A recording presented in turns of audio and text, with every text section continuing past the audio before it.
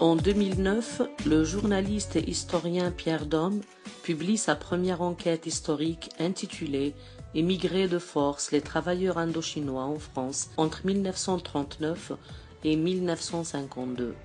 L'ouvrage a été adapté au cinéma par un réalisateur franco-vietnamien. En 2012, il révèle dans une nouvelle enquête, ni valise ni cercueil, les pieds noirs restés en Algérie après l'indépendance, que tous les pieds noirs n'ont pas quitté l'Algérie en 1962. Selon l'auteur, 200 000 étaient encore en Algérie en janvier 1963. En 2015, Pierre Domme publie une nouvelle enquête intitulée « Le dernier tabou, les Harkis restés en Algérie après l'indépendance ». Il révèle que la majorité des Harkis, bien qu'ayant traversé une période effroyable après-guerre, n'ont pas été victimes de massacres et ont continué, non sans difficulté évidemment, leur vie en Algérie.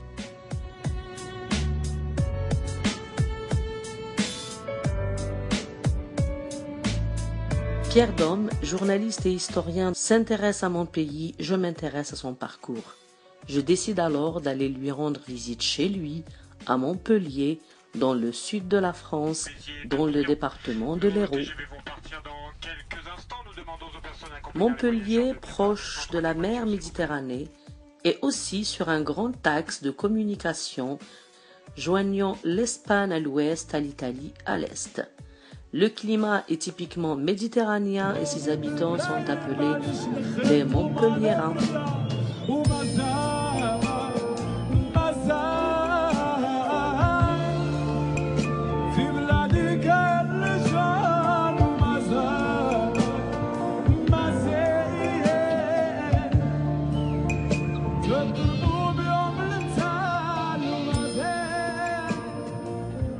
Donc je vais juste parler un peu de la place de la vérité et de la réconciliation. Donc Paul Gauguin disait « La vérité ne se dégage pas de la polémique, mais des œuvres qu'on a faites ». Pour qu'une démocratie existe et fonctionne durablement, le principe du débat doit toujours être clairement posé et respecté pour appuyer le délicat processus de guérison et d'élaboration d'un récit collectif. La réconciliation est une nécessité sociale. Elle doit impérativement passer par une commission de vérité, selon vous? Il est certain que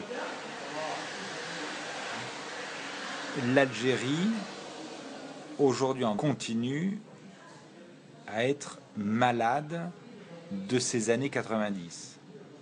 Et que pour guérir de cette maladie, pour guérir de ce traumatisme, ça ne peut passer que par la parole.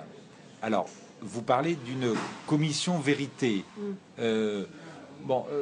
C'est des mots. Il faut voir comme ça s'est passé au Maroc, ce qu'on propose.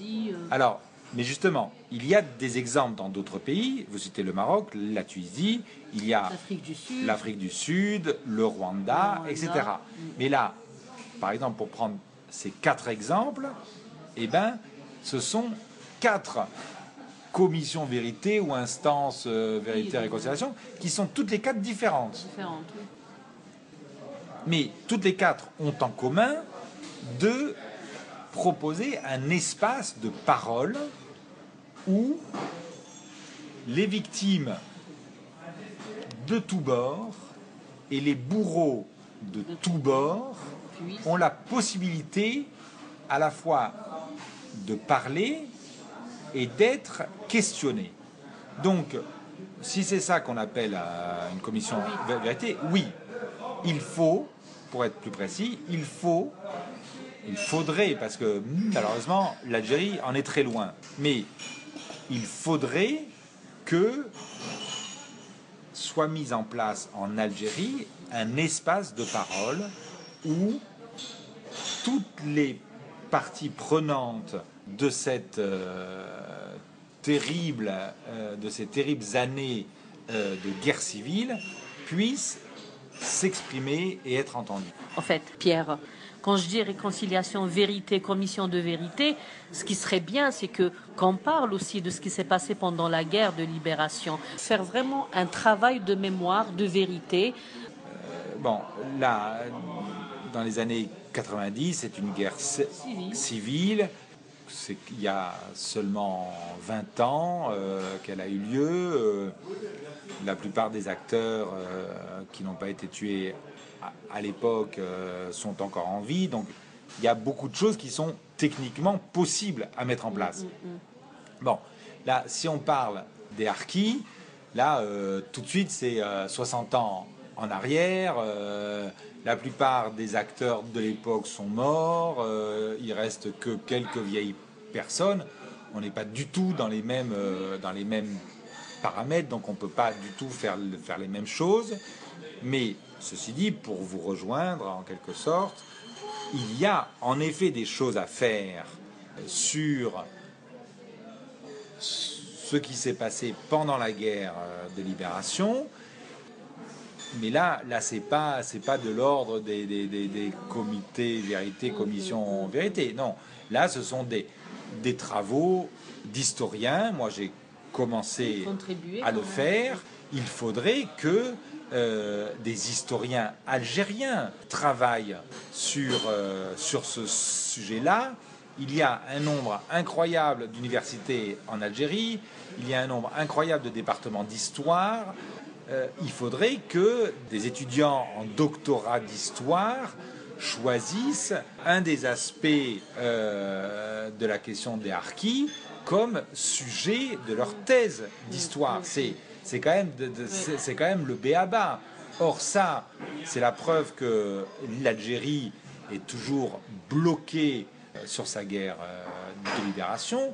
Ça, c'est aujourd'hui impossible à un étudiant en doctorat d'histoire de proposer à son professeur, à son directeur de thèse, de choisir les harkis comme sujet de thèse. Parce que parfois, on interdit de choisir un thème. Ah non, mais absolument. C'est d'une tristesse immense.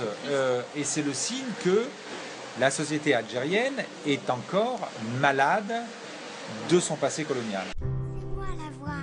Non, c'est moi la voix. Non, c'est moi la voix. Nous sommes la voix. Nous sommes tous la voix des sans-voix. Alors, pour clore notre sujet, Pierre Dom, quel sera le thème de votre prochaine enquête ? Ah ben là, c'est très vite clos parce que à la fois, je n'ai pas encore précisément choisi, et surtout, étant donné que ma spécialité, c'est de trouver des sujets qui dérangent, et bien pour pouvoir travailler pendant 2 ans, 3 ans sur un sujet qui dérange, il ne faut surtout pas en parler avant que ce soit achevé. Ah bah, je vous propose les faux moudjahidines. Je ne dirai rien. Allez, bouche cousue. Merci Pierre, merci beaucoup, chères auditrices, auditeurs de Radio des Sans-Voix. Merci de nous avoir suivis et à la prochaine. Au revoir. Merci à vos auditeurs. Au revoir.